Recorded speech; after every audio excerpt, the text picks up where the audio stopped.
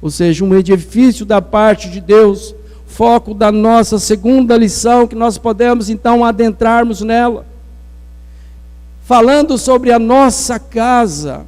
Olha a segunda lição: nossa casa futura é uma realidade, amados. Não é contos de fadas, não é coisas tiradas de filosofias. Nós estamos falando do Evangelho que existe mesmo antes que você tinha nascido. É algo de milhares de anos. Se nós recorrermos ao nosso texto, mais para o final agora do versículo 1, temos da parte de Deus um edifício, casa não feita por mãos humanas, eterna, nos céus. Quão magnífico, amados, é essa promessa. Essa construção aqui não está fadada ao desmanche.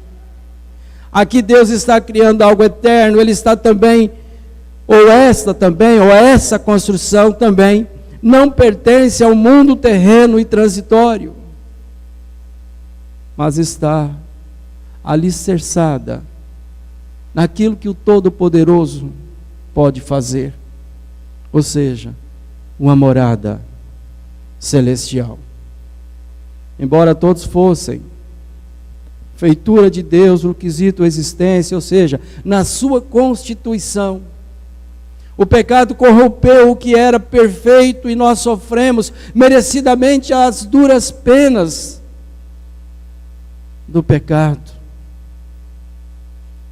Própria carta de Paulo aos Romanos, seu capítulo 6, 23, diz: porque o salário do pecado é a morte.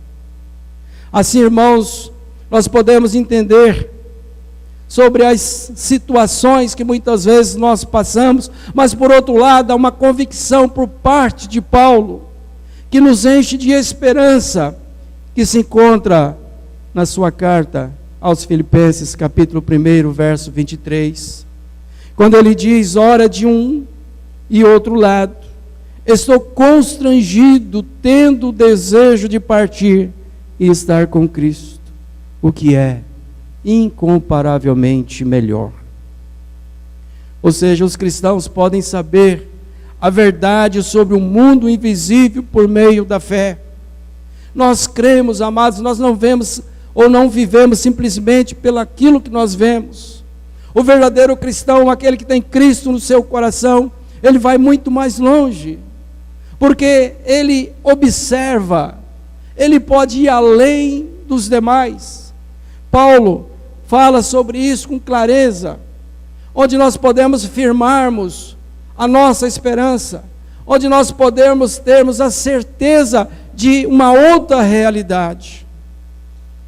Mas também, o apóstolo João, em sua terceira carta, verso 2, diz: amados, agora somos filhos de Deus, e ainda não se manifestou o que havemos de ser.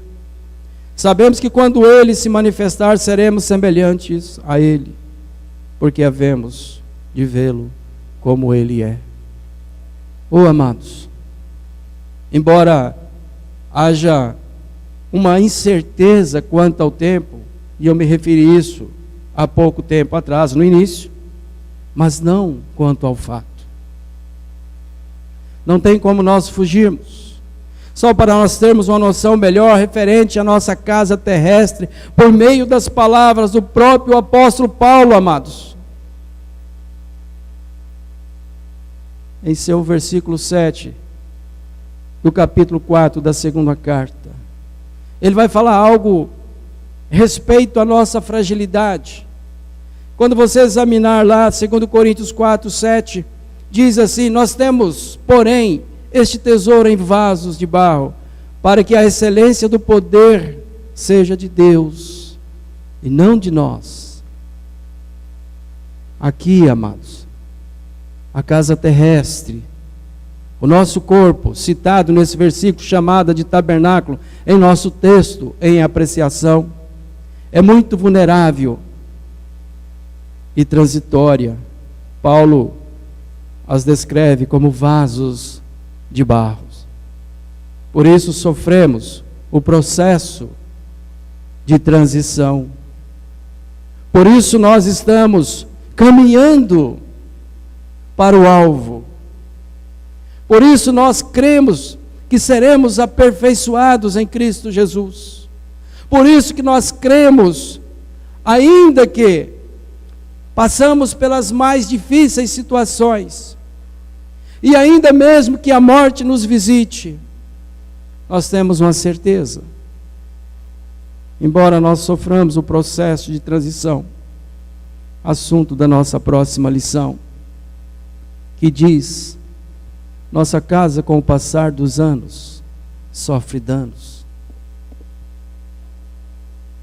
Olha o verso 2: e por isso neste tabernáculo gememos. A ideia aqui, amados, Paulo relaciona a morte com o gemer, como isso, embora com muita dificuldade, é confortante para nós, porque isso traz segurança. E se nós analisarmos bem, amados, que seguramente também o fazemos, ou seja, também a nossa condição terrena, ou seja, o nosso corpo mortal, sofremos, pois neste mundo, a própria palavra do Senhor Jesus diz que nós teríamos aflições. Também quando vemos diante de nós, com certeza, a nossa nova habitação eterna, nós gememos. E o uso aqui do termo gemendos, aqui, olhando para Paulo, ou escrevendo aos Romanos, em sua carta, capítulo 8, versículo 22 e 23, nós vamos ver algo que traz clareza aqui para o nosso entendimento. Ele diz: porque sabemos que toda a criação a um só tempo geme e suporta angústia até agora.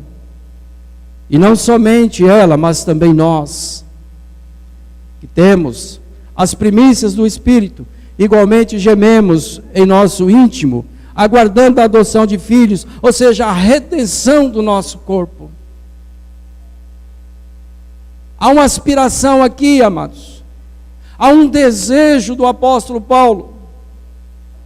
Como eu já disse em outras passagens, em outras oportunidades, muitas vezes nós brincamos com isso.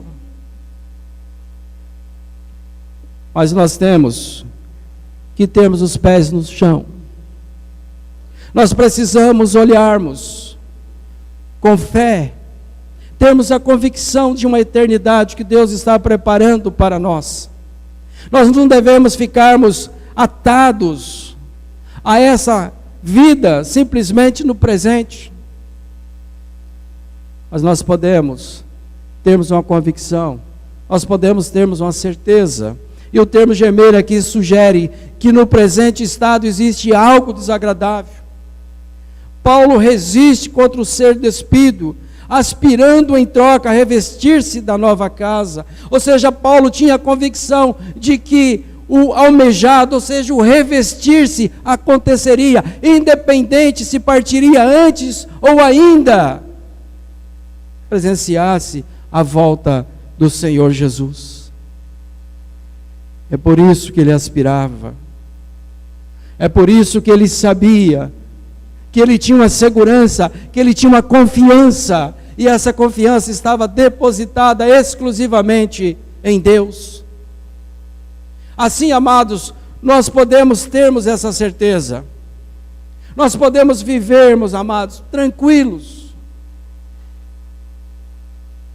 porque nós cremos num Deus que ampara, tanto no presente século, quanto na era vindoura. Nós não precisamos temermos